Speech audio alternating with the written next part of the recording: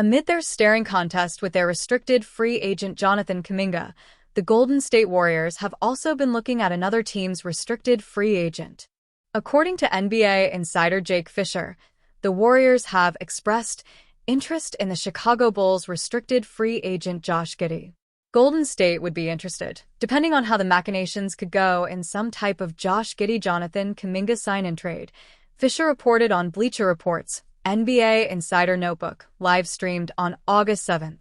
Fisher added that the Warriors' interest in Giddey dated back to the 2021 NBA draft. To my understanding, the Warriors were prepared on draft night way back in 2021 for Jonathan Kuminga to go number 6 to Oklahoma City, and they were ready to take Josh Giddey at number 7, Fisher said. But the Thunder picked Giddey and the Warriors ended up with Kuminga, who never found his footing in Steve Kerr's system. Josh Giddey is a better fit than Jonathan Kuminga. The pass-first Giddey would have a better chance of thriving under Kerr. Giddey, whom the Bulls landed in a one-on-one trade for Alex Caruso, a former Warriors trade target, flourished last season in Chicago. The Australian point guard averaged a career-high 7.2 assists to go with 14.6 points, 8.1 rebounds, and 1.2 steals. He also shot a career-best 37.8% from the three-point line, which has been his weakest link since he entered the NBA and factored in the Thunder's decision to trade him. Giddey's breakout season made the Warriors more interested in the 6'8" point guard. I can report that there have been multiple teams that have reached out to Josh Giddey's representation about their interest. Golden State is one of them, Fisher said. Like Kuminga and the Warriors, Giddey is also having a staring down contest with the Bulls. Giddey has been looking for $30 million in annual salary, according to Fisher, but the Bulls have only discussed an offer with $20 million per year. However, Fisher also noted that the Bulls have been telling league personnel since the NBA draft combine in June that they love Giddey and want to bring him back. Warriors in lose-lose situation with Jonathan Kuminga. There appears to be no end in sight for the Warriors-Kuminga standoff. Both camps have been posturing, with the Warriors sending an ultimatum: accept the 2-year, $45 million offer or the $7.9 million qualifying offer. While Kuminga is threatening to accept the qualifying offer, which will be the worst-case scenario for the Warriors, according to ESPN's front office insider Bobby Marks. It's probably more of a lose-lose for Golden State. I'm not saying Golden State should panic and suddenly offer 3 for $80 million, Mark said over the weekend. How I look at it for Golden State is that Jonathan Kuminga is now on a 1-year, $8 million deal.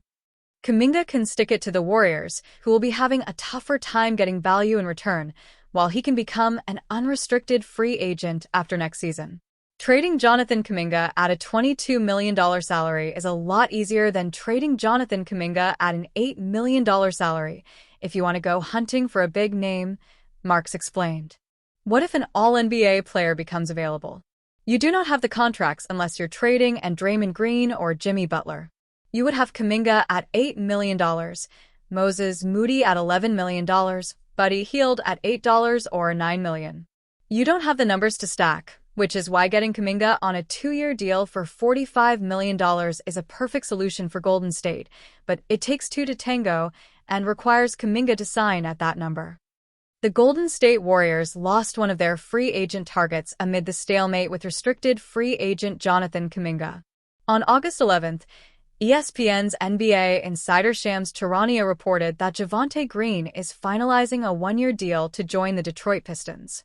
NBA insider Jake Fisher previously reported on Bleacher Report's NBA Insider Notebook that Green was someone the Warriors have linked in the past. The 32-year-old defensive wing had already played in the Warriors system with his stint at Santa Cruz in the G League during the 2023-24 season. The 6'5" wing split his time last season between the New Orleans Pelicans and the Cleveland Cavaliers. He averaged 5.1 points, 3.2 rebounds, and 1.0 steals in 18.5 minutes across 68 games last season. Warriors' remaining free agent options. With Green off the free agent market, the Warriors still have a few options left. Multiple reports, most recently by Fisher, point to the Warriors having already free agent deals lined up for veterans Al Horford, DeAnthony Melton, and Gary Payton II.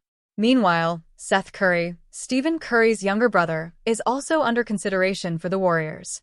Fisher also added that former Rookie of the Year and Sixth Man of the Year Malcolm Brogdon remains a possibility for the Warriors, who are the only NBA team that has not added a player with league experience this offseason. They want to settle Kuminga's restricted free agency first to get a clear look at their salary books before making a move in free agency. So right now this remains in a holding pattern, and all the other Golden State veteran free agent stuff is going to be held off until this happens, until there's some resolution with Kuminga as well, because the Warriors don't want to be going past the first apron, Fisher said. They want to still be working as a team with full access to the taxpayer mid-level exception. Warriors interested in Giddey Kuminga swap. In the same live stream, Fisher also reported about the Warriors' interest in a potential Kuminga-Josh Giddey swap. Golden State would be interested, depending on how the machinations could go, in some type of Josh Giddey-Jonathan Kuminga sign-in trade, Fisher reported. Fisher added that the Warriors' interest in Giddey dated back to the 2021 NBA draft. To my understanding, the Warriors were prepared on draft night way back in 2021 for Jonathan Kuminga to go number 6 to Oklahoma City, and they were ready to take Josh Giddey at number 7, Fisher said. But the Thunder picked Giddey and the Warriors ended up with Kuminga, who never found his footing in Steve Kerr's system. The pass-first Giddey would have a better chance of thriving under Kerr. The Australian point guard is coming off his best season in the NBA as the Bulls' primary playmaker. He averaged a career-high 7.2 assists to go with 14.6 points, 8.1 rebounds, and 1.2 steals. He also shot a career-best 37.8% from the three-point line. The Golden State Warriors and the Sacramento Kings hold the keys to what comes next during the 2025 NBA offseason. The Kings' interest in Jonathan Kuminga has turned a polarizing saga into an event that will go a long way toward dictating how the other dominoes fall in free agency.